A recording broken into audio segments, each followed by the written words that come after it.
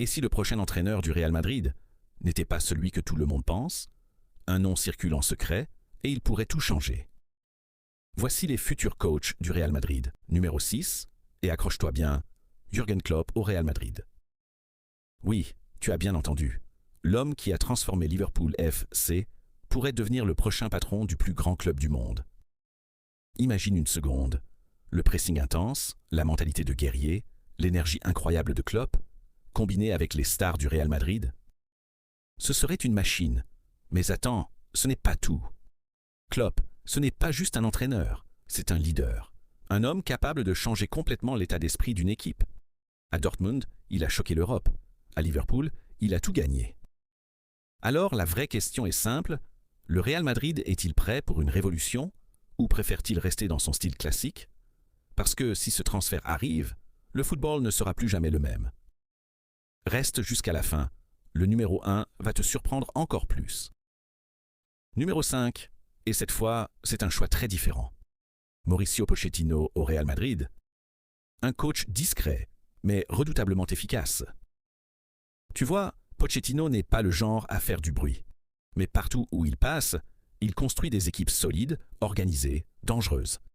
Avec Tottenham Hotspur FC, il a atteint une finale de Ligue des Champions. Avec Paris Saint-Germain, il a géré des stars mondiales sous pression. Et maintenant, imagine ça. Un Real Madrid jeune, rapide, discipliné, avec une organisation parfaite et un collectif fort. Mais il y a un problème. Le Real Madrid aime gagner immédiatement. Et Pochettino, lui, prend parfois du temps pour construire. Alors la question devient sérieuse. Est-ce que le Real Madrid peut lui faire confiance ou est-ce trop risqué pour un club qui veut tout gagner maintenant? Parce que si ça marche, le Real Madrid pourrait devenir encore plus dominant. Mais si ça échoue, ça pourrait être un énorme pari raté. Et crois-moi, le prochain nom est encore plus surprenant. Numéro 4. Et là, on parle d'un monstre du football. Didier Deschamps au Real Madrid. Un homme qui sait gagner, peu importe la situation. Souviens-toi, il a mené l'équipe de France National Football Team au sommet du monde, et pas une fois, mais avec une régularité impressionnante.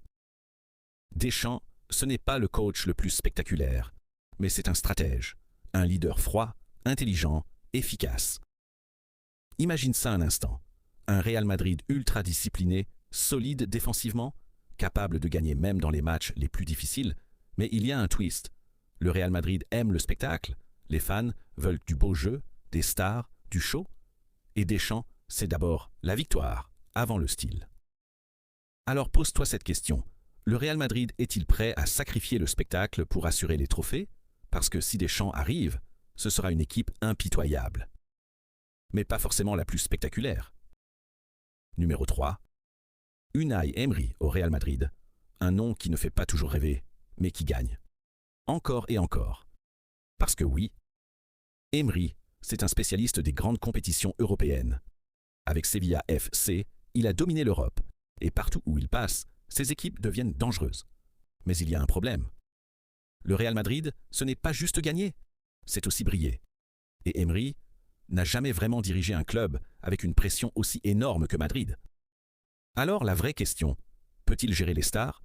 Peut-il supporter la pression du Santiago Bernabéu? Parce que si ça marche, ce serait un coup de génie. Mais si ça échoue, tout le monde dira que c'était une erreur. Numéro 5. Massimiliano Allegri au Real Madrid.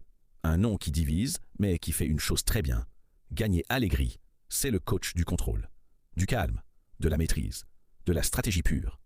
Avec Juventus FC, il a dominé l'Italie pendant des années. Finales européennes, titres nationaux, il sait construire des équipes difficiles à battre, mais son style, c'est la discipline avant tout. Maintenant, imagine le scénario. Un Real Madrid plus froid, plus calculateur. Une équipe qui ne se jette pas dans le chaos, mais qui attend le bon moment pour frapper. Chaque match devient une partie d'échecs. Numéro 1. José Mourinho au Real Madrid. Rien que ce nom, ça crée déjà du bruit.